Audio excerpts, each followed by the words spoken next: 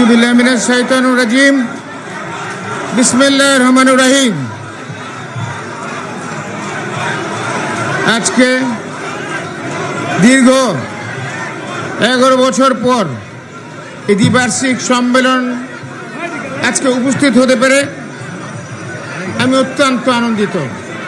আজকের এই সম্মেলনে প্রধান অতিথি আমার অনেক দীর্ঘদিনের অত্যন্ত ঘনিষ্ঠ বন্ধু বর জনাব সালাউদ্দিন আহমেদ।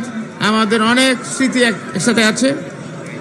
এখানে উপস্থিত আছেন আজকের আমার আরও অত্যন্ত আপনজন, যিনাকে আমি অত্যন্ত ব্যক্তিগতভাবে পছন্দ করি, হাবিব খান সোহেল। অত্যন্ত আদর্শিক এক নেতা। আয়োজন কথা না বললে নয়। আমাদের যদিও আমাদের দেশ এই জেলার না, কিন্তু অত্যন্ত কঠোর পরিশ্রম করছেন, অত্যন্ত সফল সার্থক ব্যক্তিত্ব জনাব আলম সাহেব, যিনাকে অবশ্যই আমরা সবাই আলম সাহেব বললেও উনি পচা আলম বললে উনি বেশি খুশি হন, আমাদের আলম সাহেব।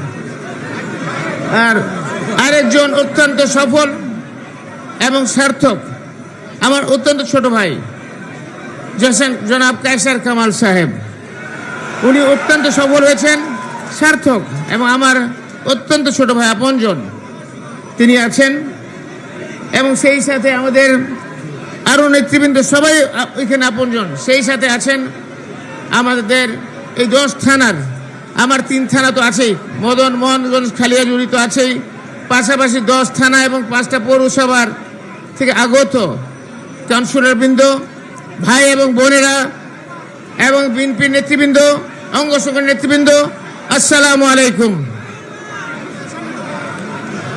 সর্বপ্রথমেই আমি রব্বুল আলামিনের কাছে শুকর গুজারি করি, আল্লাহ পাক আপনাদের সামনে আমাকে নিয়ে এসেছেন, সেই জন্য লক্ষ কোটি শুকর করি। সেই সাথে আমি যেখানেই যাই আমাকে একটা কথা বলা হয়, আমি নাকি অত্যন্ত নির্যাতিত, সারাদিন সাহেবও নির্যাতিত। আমি বলি ভাইরা, আমরা নির্যাতিত ঠিক আছে, কিন্তু আমাদের চেয়ে বহু গুণে বেশি নির্যাতিত হচ্ছেন আমাদের দেশনেত্রী, আমাদের প্রাণপ্রিয় নেত্রী, গণতন্ত্র নেত্রী, 3 বারের মাননীয় প্রধানমন্ত্রী বেগম খালেদা জিয়া।